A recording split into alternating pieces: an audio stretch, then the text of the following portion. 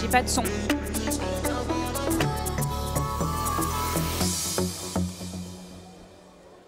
Bonjour, j'ai le plaisir d'accueillir Didier Parakian. Bienvenue. Bonjour Sophie.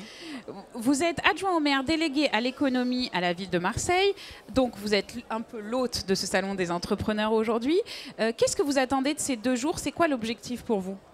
Alors ce salon, il faut savoir que c'est la 4e édition. Et il y a 4 ans, le maire de Marseille, avec la Chambre de commerce en partenariat, on est allé le chercher avec les dents. On le voulait parce qu'on savait que ça allait marcher.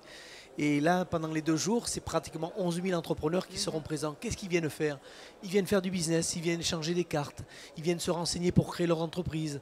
Ils viennent surtout, et c'est la priorité de Jean-Claude Gaudin et son équipe municipale, c'est créer de l'emploi, créer de la richesse. Et ça, c'est important pour faire reculer le chômage. Alors vous me disiez en préparant l'interview qu'il y a quasiment plus de 11 000 nouvelles entreprises qui se sont créées sur le territoire en 1 an. C'est plus que les autres années? Oui, Marseille est une terre fertile où il fait bon créer, il fait bon entreprendre. Cet après-midi, le maire de Marseille, Jean-Claude Gaudin, sera présent pour accueillir, comme il le fait chaque année, les nouveaux arrivants entrepreneurs sur notre territoire. Et le chiffre est très précis, 11 259. C'est plus de 8% par rapport à l'année dernière. C'est un chiffre historiquement haut parce que c'est vrai qu'aujourd'hui, on a mis en place des outils. Comment vous expliquez qu'est-ce qui change? Alors, je vais vous donner un exemple sur une filière qui est en tendance parce qu'elle crée énormément d'emplois. C'est la filière du digital.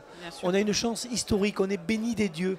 On a des câbles sous-marins qui partent de la mer de Chine, qui partent des États-Unis et qui arrivent sur nos plages du Prado. Et aujourd'hui, les data centers du monde entier se battent pour installer leurs données. Vous savez, c'est la nouvelle or noire de notre nouvelle révolution industrielle.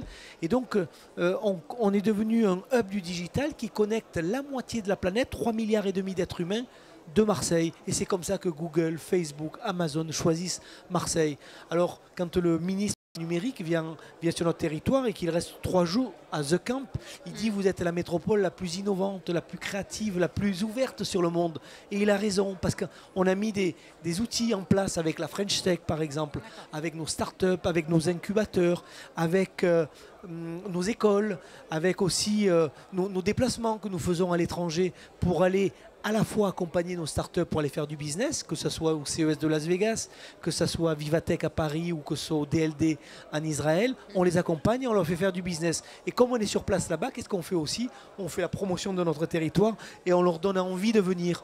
Et c'est comme ça que grâce à notre agence de développement économique, Provence Promotion, qui fait un superbe travail, cette année c'est plus de 68 entreprises françaises et étrangères qui se sont installées sur notre territoire. Alors c'est des entreprises américaines énormément, des chinoises, des russes.